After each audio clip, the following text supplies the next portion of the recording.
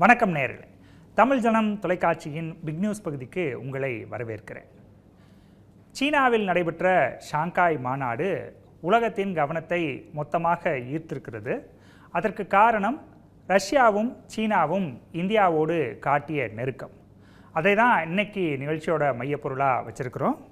மோடியுடன் நெருங்கும் Putin, Jinping, அதிர்ச்சியில் பாகிஸ்தான், அமெரிக்காவின் அதிக வரிக்கு எதிராக திரளும் தேசங்கள், ஷாங்காய் மாநாட்டில் இந்தியா சாதித்தது என்ன? இதுதான் தலைப்பு. இதை பற்றி பேச போகிறோம். அதற்காக நம்மோடு மூத்த பத்திரிகையாளர் திரு சேகர் ஐயர் அவர்கள் இணைந்திருக்கிறார். சார் வணக்கம். வணக்கம். நீங்கள் மாநாட்டில் நடந்ததெல்லாம் பார்த்துருப்பீங்க. பாகிஸ்தான் பிரதமர் ஷெபாஸ் ஷெரீஃபை வச்சுக்கிட்டே அந்த நாடு பயங்கரவாதத்துக்கு ஆதரவாக இருக்கிறது அப்படின்னு ஒரு கண்டனத்தை மோடி அவர்கள் பதிவு செய்திருக்கிறார். அதே போல் உலக நாடுகள், குறிப்பாக சக்தி வாய்ந்த நாடுகள் எல்லாமே இந்த விவகாரத்தில் பாகிஸ்தானுக்கு எதிரான நிலைப்பாட்டை எடுத்ததை மாநாட்டில் பார்த்தோம். இது ஒரு பக்கம். இன்னொரு பக்கம் அமெரிக்க விவகாரம் இருக்கிறது, கூடுதல் வரி.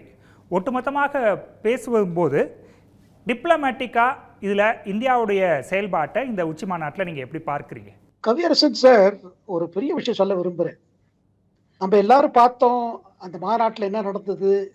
அதுக்கு பிறகு, அதுக்கு முன்பு, அதாவது பிரதமர் மோடியும் சைனாவோட அதிபர் ஷி ஜின்பிங்கோட நடந்த பேச்சுவார்த்தைகள், அதுக்கு பிறகு இது மாநாடு முடிந்த பிறகு பிரதமர் மோடிக்கும் ரஷ்ய அதிபர் புட்டினுக்கும் நடந்த பேச்சுவார்த்தை, இது நடுவில் இன்னொரு ஒரு பெரிய விஷயம் ஆயிருக்கு.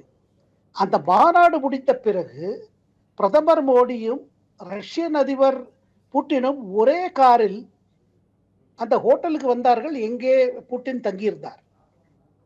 அண்ட் இவர்களுக்கு இடையே இருந்த பைலேட்ரல் மீட்டிங் சொல்லுவாங்க பாருங்க, அந்த மீட்டிங் அந்த ஹோட்டல் நடக்க இருந்துச்சு. ஆனா இவங்க கார்ல வந்து கார் வந்த பிறகு, ஹோட்டலுக்கு வந்த பிறகு காரில் இருந்து ரெண்டு தலைவர்களும் இறங்கவே இல்லை. 50 நிமிஷம் அந்த காருக்குள்ளே உட்காந்து பேசியிருக்காங்க. அந்த டெலிகேஷன்ல ஹோட்டலுக்கு அவங்க அந்த கான்ஃபரன்ஸ் ரூமுக்கு போயிட்டாங்க. அதாவது இந்தியன் டெலிகேஷனும் ரஷ்யன் டெலிகேஷனும். பிரதமர் மோடியும் அதிபர் புட்டினும் தனியா 1-to-1 பேசியிருக்காங்க கார்ல உட்கார்ந்துட்டு. அந்த கார் வந்து ரஷ்யாவோட கார், ஆர்எஸ் கார். அப்ப என்ன அர்த்தம் இதுல இருந்து புரியுது பாருங்க. பெரிய விஷயம் இருக்குது இதுல. என்னன்னா, யுக்ரைன் மேட்டர்ல போர் நிறுத்தத்துக்கு ஜெலன்ஸ்கி பேசினார். இவர் சைனா வந்து இறங்கின உடனே, தியான்ஜின் வந்து இறங்கின உடனே ஜெலன்ஸ்கி யுக்ரைன் பிரசிடென்ட் பேசினாரு, எப்படியாவது இந்த போரை நிப்பாட்டுறதுக்கு நீங்க வழி பாருங்க, புட்டின் சொல்லுங்க. அந்த அவர் பேசினது. இவர் இறங்கின பிறகு ஷி ஜின்பிங்கோட பேச்சு, அதுக்கப்புறம் மாநாடுக்கு பிறகு புட்டினோட பேசினது, இந்த 50 நிமிடம் பேசினது இருக்கு பாருங்க, இது ரொம்ப முக்கியத்துவம் வாய்ந்தது. அதுக்கு பிறகு நம்ம பார்த்தோம், அதாவது டெலிகேஷன் லெவல் டாக்ஸ். மோடி தரப்பிலிருந்து இந்தியா டெலிகேஷன் இருந்தது, அது மோடி தலைமையில பேச்சுவார்த்தைகள் நடந்தது. இந்த பக்கம் பாத்தீங்கன்னா புட்டின் தலைமையில். இதுல என்ன தெரியுது பாத்தீங்கன்னா, ஒண்ணு மாநாடுல போட்ட ஒப்பந்தம், அதாவது தியன்ஜின் டிக்ளரேஷன் சொல்றாங்க. அந்த டிக்ளரேஷன்ல 2 பாயிண்ட் மெயினா இருக்குதுங்க. ஒன்னு, பாயிண்ட் நம்பர் 1 என்னன்னா, இந்தியா தொடர்ந்து சொல்லிட்டு இருக்குது, பஹல்காம்ல நடந்த தீவிரவாதத்தோட தாக்குதல், இதை கண்டனம் செய்ய வேண்டும் என்று. இந்த கண்டனம் முன்பு நடந்த மாநாடுல நடக்கல. அக்டோபர்ல இருந்த ஒரு இதுல வந்து அது பிரிக்ஸ்ல மாநாடுல அது நடக்கல. ஆனா இந்த தடவை அதுக்கு பிறகு சில இதெல்லாம் நடந்திருக்கு, வெளியுறவு அமைச்சர்கள் லெவல், அதுலயே அது கண்டம்னேஷன் வரல.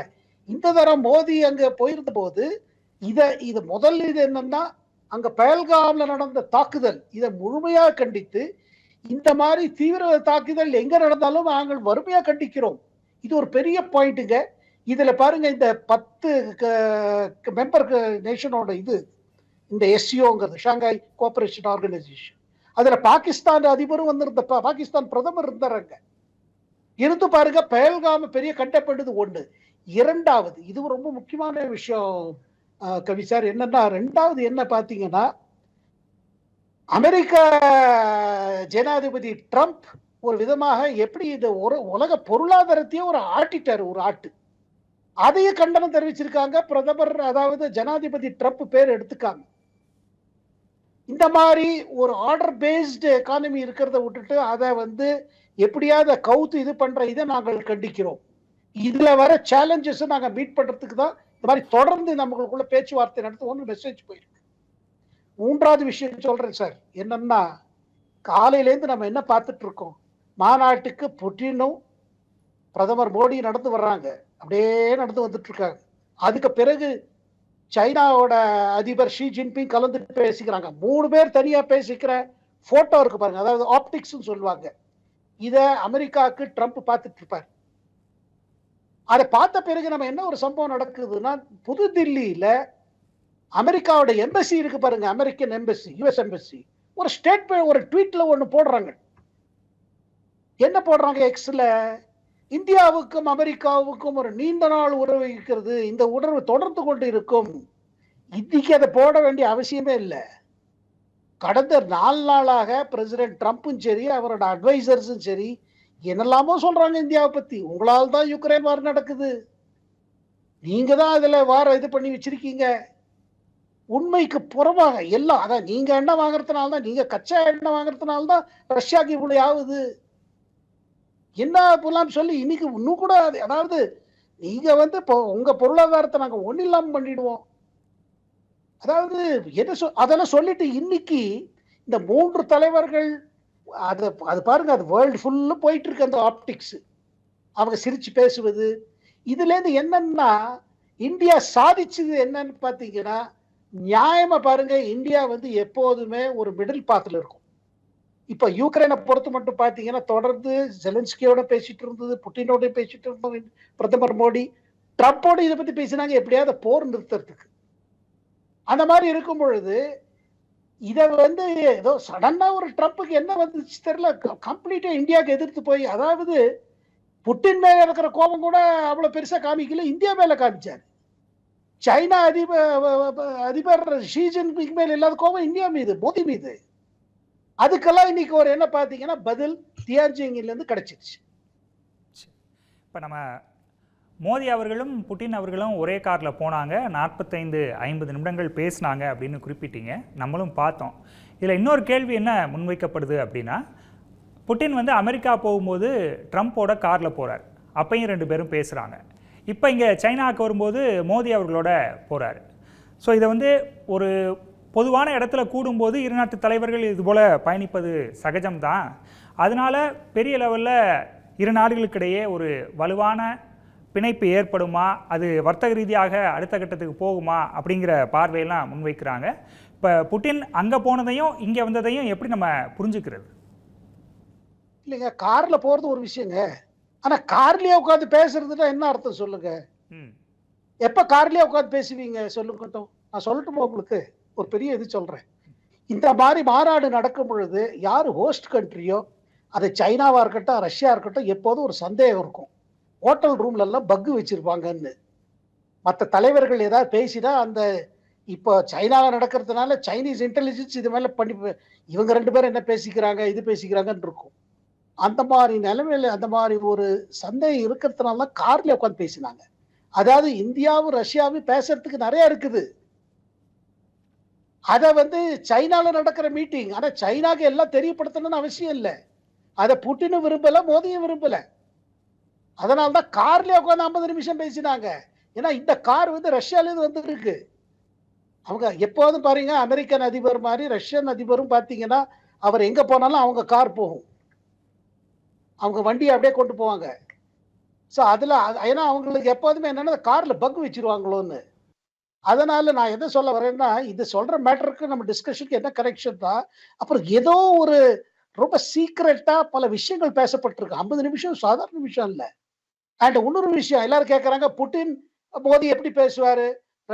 மோடி புட்டினுக்கு ஹிந்தி வராது, மோடிக்கு ரஷ்யன் வராது. இல்லைங்க, புட்டின் நல்லா ஆங்கிலம் பேசுவாரு. இப்ப அலாஸ்கால கூட ட்ரம்ப்ட கடைசியில் ஆங்கிலத்துல சொன்னாரு, we will meet again in Russia அப்படின்னாரு. அதனால புட்டின் வந்து முன்னாள் கேஜிபி ஏஜென்ட் இருந்திருக்காரு. கேஜிபிக்கு தலைமை தாங்கி, கேஜிபிங்கிறது சிஐஏ போல ஒரு இன்டெலிஜென்ஸ் ஆர்கனைசேஷன். அது அப்ப இருந்தது, இப்ப அது கிடையாது. அதாவது யுஎஸ்எஸ்ஆரா இருந்த போது, சோவியத் யூனியனா இருந்த போது. இப்ப பாருங்க, அவங்க 2 தலைவர்கள் பேசினாலும் கட்டாயமா யுக்ரைன் மேல ஒரு ஃபார்முலா பேசியிருக்காங்க. அந்த ஃபார்முலாவை இப்ப பாருங்க, இதை வந்து கட்டாயமாக மோடி வந்து இந்தியா திரும்பின அப்புறம் ஜெலன்ஸ்கிட்ட சொல்ல போறாரு. இப்ப என்ன ஒரு போக்கஸ் பாருங்க, ட்ரம்ப் தான் 2 பேருக்கு மத்தியஸ்து பண்ற மாதிரி இருந்துச்சு. அதாவது புட்டினுக்கும் ஜெலன்ஸ்கிக்கும். இப்ப இந்தியாவோட இது அங்க வந்துருச்சு. நம்ம பிரதமர் மோடி பேசுறாரு, புட்டின்ட்ட பேசுறாரு, ஜெலன்ஸ்கி முன்னாடி பேசுறாரு. இந்தியாவுக்கு அவ்வளவு ஒரு இது இல்ல வச்சுக்கோங்க. ஒரு என்ன என்ன சொல்றது, ஒரு அந்த மாதிரி ஒரு ஒரு ஹோல்டு இல்ல, ஒரு இன்ஃப்ளூயன்ஸ் இல்லைன்னா ஜெலன்ஸ்கியை திருப்பி திருப்பி புட்டின்ட்டு பேசுவாரு. புட்டின்ட்ட என்ன சொல்றாரு, இந்தியா இப்போ மோடிட்ட என்ன சொல்றாரு, நீங்க புட்டின்ட்ட சொல்லுங்க, அவரை கன்வின்ஸ் பண்ணுங்க.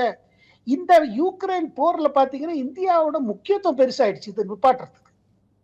ட்ரம்போட கோபம் கூட என்னன்னா, நமக்கு ஏன் இந்தியா சல்யூட் அடிக்க மாட்டேங்குது, மோடி ஏன் நம்ம காலை பிடிக்க மாட்டேங்கிறாரு, எல்லாரும் நம்மள இது பண்றாங்க, புகழறாங்க, இவர் ஏன் இப்படி இருக்காரு. இது பாருங்க, வெளியுறவுங்கிறது ஃபாரின் ரிலேஷன்ஸ் பாத்தீங்கன்னா முதல் முறையாக நம்ம அமெரிக்கால பல ஜனாதிபதிகள் இருந்திருக்காங்க. இந்த மாதிரி யாரும் கண்டக்ட் பண்ணிடுறது இல்லை அவங்களோட அமெரிக்காவோட வெளியுறவுல. இப்ப பாருங்க, இந்த இதுல 10 நாடுகள் ஒரு மாநாட்டுல ஒரு ஒரு இதுக்கு வர்றாங்க. என்ன, இந்த மாதிரி பொருளாதாரத்தை, அதாவது உலக பொருளாதாரத்தை இந்த மாதிரி பாதிக்கக்கூடிய வகையில் எந்த நாடும் செயல்படக்கூடாது. எல்லாமே ஒரு ஆர்டர் இருக்கணும். அந்த ஆர்டர்ல தான் போகணும். நீங்க நினைச்சா சாங்ஷன் போடுறீங்க, நினைச்சா எடுக்கிறீங்க. அப்புறம் இந்தியா மீது பொய் சுமை. அதாவது இப்ப பாருங்க, ஃபிகர் வந்துருச்சு இல்ல, அதிகமாக ரஷ்யாவோட எண்ணெய் வாங்கினது யூரோப்பியன் யூனியன், யூரோப் வாங்கியிருக்கு. அது மேல இதுல அதுக்கு மேல சைனா மேல ஒண்ணும் இல்ல. இந்தியா சும்மா முன்னாடி வச்சுட்டு சும்மா அடின்னு அடிக்குது, தர்மடி போகுது இந்தியா மேல. ஆனா இந்தியா பாருங்க, இந்த சந்தர்ப்பத்தை இது பண்ணி பிரதமர் மோடி என்ன செஞ்சிருக்காருன்னா 2-3 விஷயம்.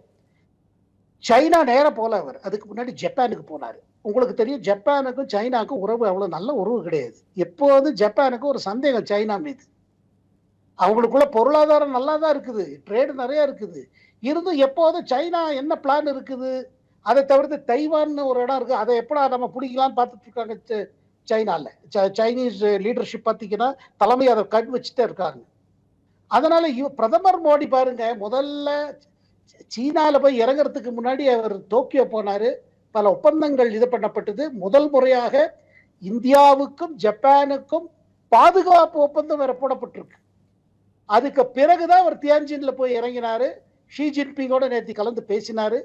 ஆனா இதுல என்ன ஒண்ணு புரிஞ்சுக்கணும் கவி சார், என்னன்னா வெளி உறவுகள்ல பெரிய பெரிய இதுல பாருங்க, ஏதாவது டிராமட்டிக்கா நடக்காது. அதுக்கே நாளைக்கே இந்தியாவுக்கும் சைனாக்கும் எல்லாம் அதாவது எல்லை பகுதியில் இருக்கிற இது முடிஞ்சிருமா, பிரச்சனை முடிஞ்சிருமா, அப்படி முடியாது. அதாவது பேச்சுவார்த்தைகள் இப்ப ஆரம்பிச்சிருச்சு. அதை தவிர்த்துங்க பாருங்க, நத்திங் இஸ் இம்பாசிபிள். இந்தியாவுக்கும் சைனாவுக்கும் இந்த எல்லையில் இருக்கிற ஒரு பிரச்சனை இல்லை வச்சுக்கோங்க, அப்போ 2 நாடுகளுக்கும் ஒரு லாபம் இருக்குது. என்னன்னா, இவ்வளவு செலவழிக்க வேண்டாம். இப்ப பாருங்க, போன அக்டோபர்ல பேச்சுவார்த்தை இருந்தது, டைரக்ட் இது பிரிக்ஸ் மாநாடு இருந்த போது. அதுக்கு பிறகுதான் என்ன பாத்தீங்கன்னா, 2 தரப்புல இருந்து அந்த இடத்துல எல்லையில ஈஸ்டர்ன் லடாக் பகுதியில, கிழக்கு லடாக் பகுதியில ஒரு விதமா அக்ரிமெண்ட் என்னன்னா, 2 நாட்டோட துருப்புக்கள் அவங்க பின்னாடி விட்ரா பண்ணுவாங்க. சார், சைனா பத்தி பேசணும், நான் திரும்ப வரேன் உங்ககிட்ட, சைனா பத்தி பேசுவோம். இப்போ நீங்க சுப்பிரமணியன் சார் பேசுறதுக்கு முன்னாடி சீனாவோட இருக்க உறவை பத்தி பேசிட்டு இருந்தீங்க. இதுல 2 கேள்வி. நீங்களே குறிப்பிட்ட மாதிரி ஏற்கனவே எல்லையில் அவங்களுக்கும் நம்மளுக்கும் சிறு சிறு பிரச்சனைகள் இருக்கிறது ஒன்று. 2வது, ஆப்ரேஷன் சிந்தூர் நடந்தபோது பாகிஸ்தானுக்கு சீனா அதிகளவு உதவி செய்ததாக தகவல் வெளியானது. அதை பற்றிலாம் நம்ம பார்த்தோம், பேசணும். இப்போ இந்தியாவோட சீனா காட்டுற நெருக்கத்தை எப்படி பார்க்கிறது, இனி பாகிஸ்தானுக்கும் சீனாவுக்குமான உறவு எப்படி இருக்கும்? ஏன்னா ஷபாஸ் ஷெரீப் முன்னிலையில் தான் எல்லாம் நடக்குது, அவர் பார்த்துட்டு பேசாமல் நிற்கிறாரு, அவரால் ஒன்றும் ரியாக்ட் பண்ண முடியலை. ஸோ இதை எப்படி பார்க்குறீங்க? சீனாவுக்கும் பாகிஸ்தானுக்குமான உறவு எப்படி இருக்கும்? இந்தியாவோட சீனா காட்டக்கூடிய நெருக்கம் அடுத்த கட்டமாக எந்த அளவு போவதற்கான வாய்ப்புகள் இருக்கின்றன? இல்லைங்க, முதல்ல பாருங்க, சீனா பாகிஸ்தான் உறவு அது ஒன்றும் இந்தியா உறவோட அது வேற விதமான உறவு. அதுல எந்த விதமான மாற்றமும் உடனே இருக்காது. நம்பர் 1. நம்பர் 2, இந்தியாவுக்கு சைனாவுக்கு 2 பேருக்கும் உள்ள சந்தேகம் இருக்கு பாத்தீங்களா? அதாவது என்ன சொல்லுவாங்க, ட்ரஸ்ட் கோஷன்ட் சொல்லுவாங்க. நம்பிக்கை பாத்தீங்கன்னா ரொம்ப கம்மியா இருக்குது. இந்தியாவுக்கு சைனா மேல சொல்ல போனீங்கன்னா அப்சல்யூட்லி 0 ட்ரஸ்ட். இருந்தாலும் இப்ப இருக்கிற ஒரு சூழ்நிலை வந்திருக்கு பாத்தீங்களா? இதுல என்னன்னா, உங்களுக்கு கல்வான் சம்பவம் ஏற்பட்ட பிறகு இந்தியா அரசு ஒரு பிரஸ் நோட் போட்டாங்க, பிரஸ் நோட் 3ன்னு. அதுல என்னன்னா, நம்ம எந்த நாட்டிலேருந்தும் இன்வெஸ்ட்மெண்ட் வந்துச்சுன்னா அதை வந்து ஆட்டோமேட்டிக்காக அந்த கன்சர்ன் மினிஸ்ட்ரி லெவலில் பார்த்து அது அப்ரூவல் ஆகிடும். ஆனால் பாகிஸ்தானில் இருந்தோ சைனாவில் இருந்தோ பங்களாதேஷில் இருந்ததோ இல்லை நேபாளில் இருந்தோ எந்த விதமான ஏதாவது ஒரு ப்ரொபோசல் வந்துச்சுன்னா அது முழு செக்யூரிட்டி கிளியரன்ஸ் இல்லாமல் கிளியர் ஆகாதுன்னு ஒரு ஆர்டர் போடப்பட்டது. அதுதான் ப்ரொஃபஸ் நோட் நம்பர் 3. இதை போட்டது நம்ம commerce ministry, central commerce ministry. இது சைனாக்கு இது ஒரு பெரிய பாதகம் ஆயிடுச்சு. ஏன்னா சைனீஸ் எத்தனை சீனாவோட கம்பெனிகள்லாம் இந்தியாவில் இன்வெஸ்ட் பண்ண விரும்புறாங்க. இந்தியாவோட வளர்ச்சி, ஏன்னா இந்தியா பெரிய மார்க்கெட்டுக்கு சைனாக்கு. இப்ப போன அக்டோபருக்கு பிறகு என்ன நடந்துச்சு அதை நான் சொல்லிட்டு இருந்தேன்னா, அந்த 1,00,000 மேல இருந்த துருப்புக்கள் இப்ப 60,000 பேருக்கு வந்திருக்காங்க. இப்ப அந்த இடத்துல குறைச்சிருக்கு. பல பேர் அங்கேயிருந்து விட்ரா பண்ணிட்டாங்க. இப்ப 2 எல்லைக்கு 2 பக்கம் பாத்தீங்கன்னா அந்த பக்கம் ஒரு 60,000 பேர் இருக்காங்க, இந்த பக்கம் 60,000 பேர் இருக்காங்க. ஆனா எல்லை பிரச்சனைங்கிறது இது பல ஆண்டு காலமா நடந்து வந்துட்டு இருக்கு. ஆங்கிலேயர்கள் ஆண்டு இருக்கும்போது அவங்க போட்ட ஒரு மெக்மோன்னு ஒரு பார்டர் லைன் போட்டாங்க. அதுல இருந்த பிரச்சனை நடக்குது, பேச்சுவார்த்தை நடந்துட்டு இருக்கு. இதுக்கு இடையே பாத்தீங்கன்னா இப்ப சைனாவோட வெளியுறவு மந்திரி இருக்கார் பாருங்க, வாங் அமைச்சர், அவர் வந்து இந்தியாவுக்கு அவர் தான் பார்டர் டாக்ஸ் இது பண்றாரு, சைனாவை ரெப்ரசென்ட் பண்றாரு. நம்ம சைட்ல பாத்தீங்கன்னா NSA அஜித் தோவல், இவர்கிடையே பேச்சுவார்த்தை நடந்து அது தொடர போகுது. இப்ப என்ன மெயின் ஆப்பாருங்க, என்ன ஒரு வித்தியாசம் வரும் பார்த்தீங்கன்னா, பொருளாதார லெவல்ல சைனா எதிர்பார்க்கறது இந்தியாவோட மார்க்கெட்டை நமக்கு இன்னும் கொஞ்சம் திறந்து விடுங்க. இந்தியா எதிர்பார்க்கறது என்னன்னா பல பொருட்கள், பல காம்போனன்ட்ஸ் எது நம்ம இண்டஸ்ட்ரீஸ்க்கு தேவையோ அது சைனால இருந்து வருது. அது எலக்ட்ரிக்கல் வெஹிக்கிளோட பேட்டரி இதுவா இருக்கட்டும், இல்ல அதாவது அந்த ரேர் எலிமெண்ட்ஸ், ரேர் எர்த் சொல்லுவாங்க பாருங்க, அதெல்லாம் அங்கேருந்து தான் வருது. ஸோ அதுல இருக்கும் பொழுது பாத்தீங்கன்னா பொருளாதார லெவல்ல ஒரு மாற்றம் வரும். ஆனா படிப்படியா இருக்கும், அவசரத்துல எதுவும் இருக்காது. இது இந்தியாவுக்கு தெரியும், சைனாவுக்கு தெரியும். ஆனா ரஷ்யா லெவல் வேறங்க, அங்க ஒன்றும் பிரச்சனை கிடையாது. ஆனா இந்த நேரத்துல பாருங்க, இந்தியாவுக்கு அமெரிக்கா போட்ட இந்த 50% டேரிஃப்னால நமக்கு புது மார்க்கெட் தேவை. இந்த புது மார்க்கெட் இப்ப எல்லா இடமும் ஆரம்பிச்சிட்டோம் நமக்கு. இதுல இப்ப நம்ம இந்தியாவோட ஒரு பெரிய இது என்ன இருக்கும், சரி நாங்க எங்க மார்க்கெட்டை உங்களுக்கு திறந்து விட்டா நீங்க உங்க மார்க்கெட்டை திறந்து விடுங்க. ஏன்னா இந்தியா சைனா பாருங்க, அது வந்து எக்ஸ்போர்ட் ஓரியன்டட் எக்கானமி. அவங்களுக்கு ஏற்றுமதி பண்ணி தான் அவங்களுக்கு பிசினஸ். அவங்களுக்கு இறக்குமதி பிசினஸ் இல்லை, ஏற்றுமதி செய்யணும். ஏற்றுமதி செய்வதற்கு அவங்களுக்கு மார்க்கெட்டு தேவை. இந்தியா ஒரு பெரிய மார்க்கெட்டு ஒண்ணு. இரண்டாவது, இப்ப இந்தியா என்ன கேட்க போகுது, உங்க மார்க்கெட்டை எங்களுக்கு திறந்து விடுங்க, நாங்களும் ஏற்றுமதி பண்றோம், எங்களுக்கு சில விஷயங்கள்லாம் அனுப்பணுங்க. பொருளாதார லெவல்ல சில மாற்றங்கள் வரும். அதே நேரத்தில் இந்தியா ஒரு பொழுதும் மறக்காது, பாகிஸ்தானுக்கு முழுமையாக ஒத்துழைப்பு தருது. இந்த தடவை ஆபரேஷன் சிந்தூர்ல பாத்தீங்கன்னா சேட்டலைட் பிக்சர்ஸ் எல்லாம் கூட கொடுத்தாங்க. ஆனா பாகிஸ்தான் இருக்கிற ஒரு நிலைமை பாருங்க, ஒரு பக்கம் அமெரிக்கா, இன்னொரு பக்கம் சைனா. இந்த தடவை கூட என்ன சொல்றாங்க, அமெரிக்காவுக்கு ஒரு இந்த ஆபரேஷன் சிந்தூர்ல அவங்களுக்கு ஒரு அமெரிக்காவே பதற்ற நிலையில் ஏன் வந்ததுன்னா நம்மளோட தாக்குதல் இல்லை. காரணம் அமெரிக்காவோட சில போர் விமானங்கள், அதை தவிர்த்து நியூக்ளியர் ஃபெசிலிட்டிஸ் இருக்கு பாருங்க, அதை அமெரிக்கா அங்க கண்ட்ரோல் பண்ற மாதிரி சொல்றாங்க. அது பக்கத்துல கூட இந்தியாவோட விமானப்படை தாக்குதல் செய்தது என்று கூறப்படுகிறது. சார், நிகழ்ச்சியோட இறுதி பகுதிக்கு வந்துட்டோம். இப்போ அமெரிக்கா வந்து எம்பசி ஒரு ட்வீட் போட்டதை பற்றி நீங்கள் பேசுனீங்க. ஆனால் மறுபடியும் ஒயிட் ஹவுஸோட ட்ரேட் அட்வைசர் வேறு விதமான கருத்துக்களெல்லாம் சொல்லியிருக்கிறாரு. Nothing but a laundromat for the Kremlin அப்படிங்கிற வார்த்தையை அவர் பீட்டர் நவாரோ பயன்படுத்துகிறாரு. இப்போ ரஷ்யாவோடையும் சீனாவோடையும் இந்தியா இணையும் போது அமெரிக்கா பிடிவாதத்தை கைவிட்டு விட்டு திரும்ப வருவதற்கான வாய்ப்புகள் இருக்கிறதா? ஏன்னா ஆளாளுக்கு ஒன்று பேசுகிறாங்க. ட்ரம்ப் ஒன்று பேசுகிறாரு, அவங்களுடைய ட்ரேட் அட்வைசர் ஒன்று பேசுகிறாரு, எம்பசியில் ஒன்று போடுறாங்க. இது எப்படி போகும் அடுத்த கட்டமாக? அதுக்கு பாருங்க, எனக்கு தோணுது இன்னும் ஒரு மாசத்துக்கு பிறகு திருப்பி பேச்சுவார்த்தைகள் திருப்பி ஆரம்பிச்சிடும். பாருங்க, ட்ரம்ப் போட்ட இதுல இந்தியா தன் பாதிப்பிலேருந்து எப்படி வெளியில வரலாங்கிறது ஒரு முயற்சிட்டு இருக்கு. அண்ட் பிரதமர் மோடி எப்போது என்ன சொல்வாருன்னா, இந்த மாதிரி ஒரு பிரச்சனை வந்ததுன்னா, கிரைசிஸ் வந்ததுன்னா, let us look for opportunities. இது ஒரு பெரிய கிரைசிஸ் நமக்கு. நம்ம எக்ஸ்போர்ட் ஓரியன்டட் யூனிட்ஸ் இருக்கு பாருங்க, அது திருப்பூர் நம்ம டெக்ஸ்டைல் பெல்ட்டா இருக்கட்டும், இல்ல லெதர் பெல்ட்டா இருக்கட்டும், இல்ல உங்களுக்கு ஸ்டீல் இண்டஸ்ட்ரி, அப்புறம் நம்ம ஃபார்மா இண்டஸ்ட்ரி, அதாவது மருந்துக்கள் தயாரிக்கும் இண்டஸ்ட்ரியா இருக்கட்டும், இது எல்லாருக்கும் ஒரு பெரிய பாதிப்பு. ஏன்னா அமெரிக்கா வாங்கும் 40% இது இருக்கு பாருங்க மருந்து பொருட்கள், அது இந்தியாவிலிருந்து தான் போகுது. இது நமக்கு மார்க்கெட் பெரிய பாதிக்குது. ஆனா அதே நேரத்துல அமெரிக்கால சில பிரச்சனை வந்துட்டு இருக்கு. என்னன்னா, நீங்க டாரிஃப் கட்டுவது யாரு? ஏற்றுமதி நாடு கட்டுறது இல்ல, இறக்குமதியாகி அங்க இருக்கிற கன்சியூமர்ஸ் யாரு இப்ப மருந்து வாங்குற போனதும் அங்க விலைவாசி ஏறுது. இது போக போக அமெரிக்காவோட பொருளாதாரத்தை எப்படி பாதிக்கிறது? ஏன்னா இவர் டாரிஃப் எல்லா இடத்துலயும் போட்டிருக்காரு, ஒத்தரை கூட விடல. அதாவது ரொம்ப நெருங்கி இருக்கிற நாடுகள், அமெரிக்காவுக்கு நெருங்கி இருக்கிற நாடுகள், ஜப்பான், சவுத் கொரியா, ஆஸ்திரேலியா, ஒத்தரை கூட விடல அவர் எல்லாம். ஆனா இந்த மாதிரி பண்ணி அமெரிக்காவுக்கு மீண்டும் இதுல ஏதாவது பொருளாதாரமா ஏதாவது இம்ப்ரூவ்மெண்ட் இருக்குதா, ஏதாவது வளர்ச்சி இருக்குதா? அப்படி இல்லைன்னா திருப்பி ரிவர்ஸ் அடிச்சிருவாரு. ஆனா இவர் எதிர்பார்க்கறது என்னன்னா, பிரதமர் மோடியும் இந்தியாவும் ட்ரம்ப் ஜெய ஜெய ட்ரம்ப் ஜிந்தாபாத் சொல்லுவார்னு எதிர்பார்க்கிறாரு. அது நடக்காது. ஏன்னா அந்த மாதிரி நாடு இந்தியா இல்லை. அப்புறம் ரெண்டாவதுங்க முக்கியமான விஷயம், இந்தியா பாருங்க ஒரு டிரான்சாக்ஷனல் கண்ட்ரி இல்லை. இந்தியா வெறும் வியாபாரம் செய்யற நாடு இல்லை. இந்தியா ஒரு ஒரு என்ன சொல்வது, இதுக்கு ஒரு தனி கலாச்சாரம் இருக்குது. இது பெரிய மாநாடு இது. இதுல ஏதோ நீங்க யாரையா பயமுடுத்தியோ இது பண்ணியோ அந்த மாதிரி உறவு நடக்காது. இங்க பாருங்க, பிளாக்மெயில் பண்ணி எங்கேயாவது ஒரு ரிலேஷன்ஷிப் வர முடியுமா? சாதாரண ரொமான்ஸ்லேயே நீங்க பாருங்க, ஒரு சாதாரண ரொமான்டிக் ரிலேஷன்ஷிப் நான் உதாரணம் சொல்றேன், அதுல நீங்க யாரையா பயமுடுத்தி அந்த ரிலேஷன்ஷிப் ஓடுமா? அந்த உறவு ஓடுமா? ஏன்னா பரஸ்பரம் நம்பிக்கை, விசுவாசம், இது அந்த மாதிரி தான் இருந்துச்சு. இந்தியாவுக்கு அமெரிக்காவுக்கு உறவு நல்லா இருந்துச்சு. இப்ப ட்ரம்ப்பனோட செயல்முறையில இது பாதிக்கப்பட்டிருக்கு. இதை ட்ரம்பே உணர்வார் என்று இந்தியாவும் நம்புகிறது, அங்க அமெரிக்காவில் இருக்கிற அதிகாரிகளும் நம்புகிறார்கள். அதனால்தான் பாருங்க, இந்தியா தரப்பில் இருந்து இனிமே ஒண்ணுமே கிடையாது சொல்லவே இல்லை. நம்ம ஒன்றும் கவுண்டர் டாரிஃபும் போடல. ஏன்னா பேச்சுவார்த்தைகளும் எப்போதும் கதை தெரிஞ்சு வச்சிருக்கோம். ஆகையால் போப்ப பார்த்தீங்கன்னா பல மாற்றங்கள் வரும் தான் நம்பிக்கை இருக்குது. பார்ப்போம் சார், பொறுத்திருந்து பார்ப்போம். சீனா அப்புறம் இந்தியாவோட மக்கள் தொகை வந்து வேர்ல்டு பாப்புலேஷனில் 35 விழுக்காடு அளவுக்கு இருக்கிறாங்க. அதோட ரஷ்யாவும் சேரும்போது மிகப்பெரிய சந்தையாக இந்த 3 நாடுகளும் மாறப்போகுது.